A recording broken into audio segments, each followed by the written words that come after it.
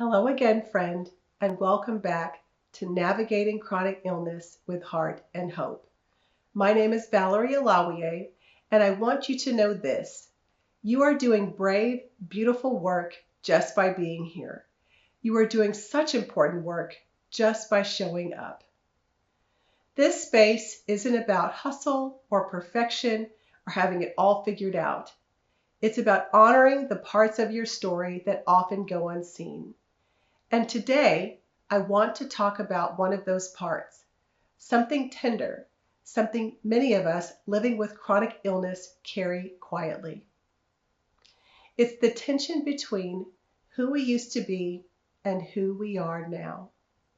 I want to invite you to consider that you don't have to keep chasing the person you used to be. In fact, I wonder what might happen if you gave yourself permission to embrace who you are becoming. Living with chronic illness can sometimes feel like you've been exiled from your own life.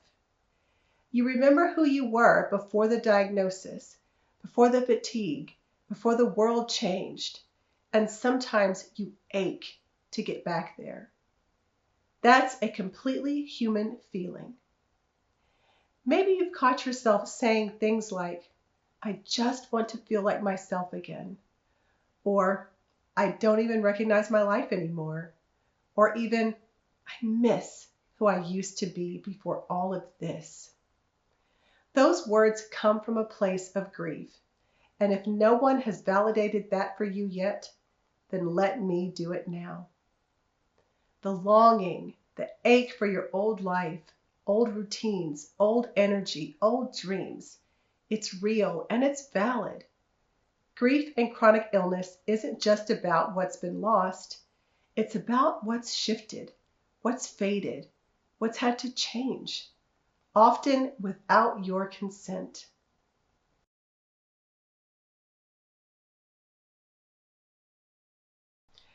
Our culture is obsessed with the bounce backs, the makeovers, the before and afters, the triumphant return to normal.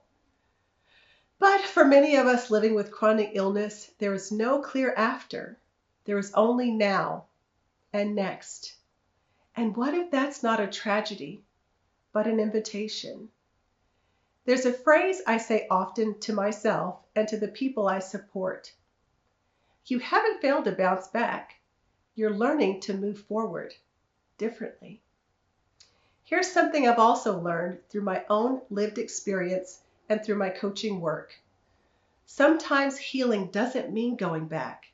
It means making peace with what is. And it means to gently turn toward who you're becoming. Let me say that again. You are becoming. Even here, even in this mess, even in the fatigue, even in the figuring it out 1 hour at a time, you are still here. You may not have the same energy, schedule, or rhythm as before, but that doesn't mean you've stopped growing. You haven't lost your worth. You haven't lost your identity.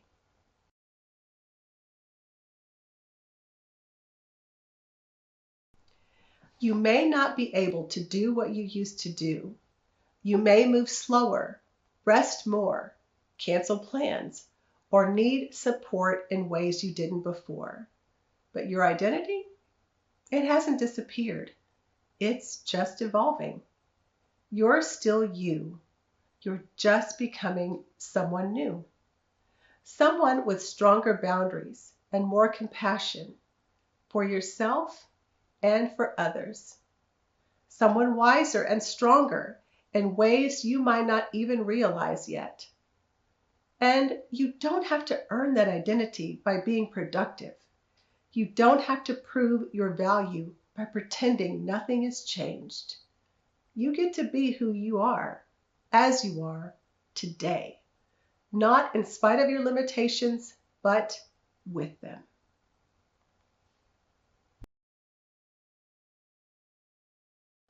Circling back to becoming, what does becoming mean? It means allowing yourself to change, listening to your needs without judgment, creating space for both grief and growth. Some days, becoming might look like drinking enough water or just sending one email. Other days, it might look like saying no to protect your peace. You don't owe anyone your old self, especially if that person had to disappear to make room for who you are now. So here's my invitation to you today. What if you stopped chasing who you used to be and started honoring who you are now? And what if you believed that this version of you, even with limitations, even in uncertainty, is worthy of grace, rest, joy, and meaning? What if you embraced that you are still becoming, still growing, still worthy? You don't have to do that work alone. In my coaching, I walk alongside people navigating these in-between spaces, not to fix them, but to witness, support, and reflect back their strength and truth. I don't lead with pressure or performance. I partner with people who are ready to explore what comes next, gently, honestly, with tools that center their voice and their values. To further explore today's reflection with naming the gifts of who you're becoming, please download this episode's free journaling companion called Embracing Who You're Becoming. No pressure to write paragraphs, it's just prompts, space, and permission to tell the truth of who you are. You'll also find more support on my blog and future episodes of Navigating Chronic Illness with Heart and Hope. Until next time, thank you.